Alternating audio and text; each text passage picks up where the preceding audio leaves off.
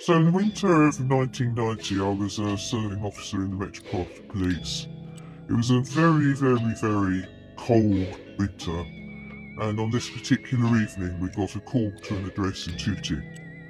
And when we got there, we found the lifeless body of one of three brothers. The middle brother had in fact died unexpectedly, and he was lying on a bed which had the thinnest of pillows on it and a tatty blanket and nothing else.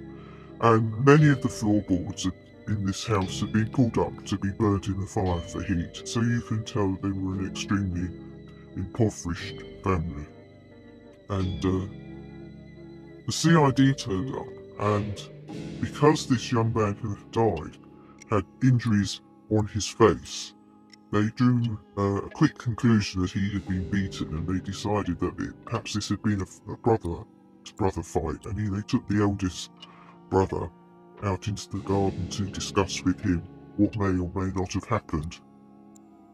And I stayed in the bedroom with the deceased, and I chatted to his much younger brother, and eventually I gained his confidence, and he explained to me that his brother had suffered from epilepsy. And this of course explained the injuries to his face, the vomit and everything that he had whilst tossing and turning in the fit, damaged himself on the bed, on the wall, or whatever.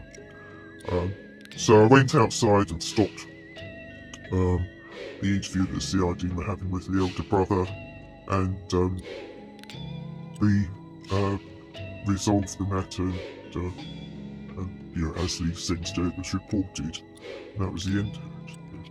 Many years later, I suppose maybe 20 years later, and quite some time after I retired, I went to a psychic evening at the Gordon Craig Theatre with a friend of mine, Beverly. Beverly was very interested in psychic events.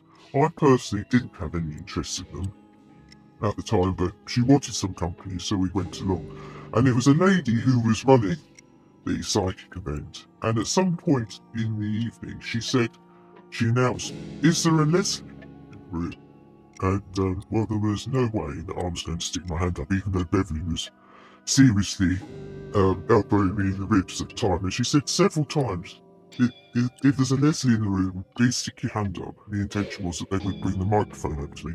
Anyway, I remained silent, and I'm very sorry that I did that now. Because what she went on to say was that she had a young man with her who had died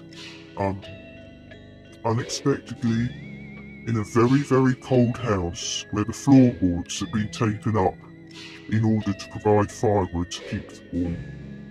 And what he wanted to do was he wanted to thank me for the way that I had dealt with him and his brothers. Well, really that was quite a choking event, and although I didn't believe in psychic events before that, I certainly do now.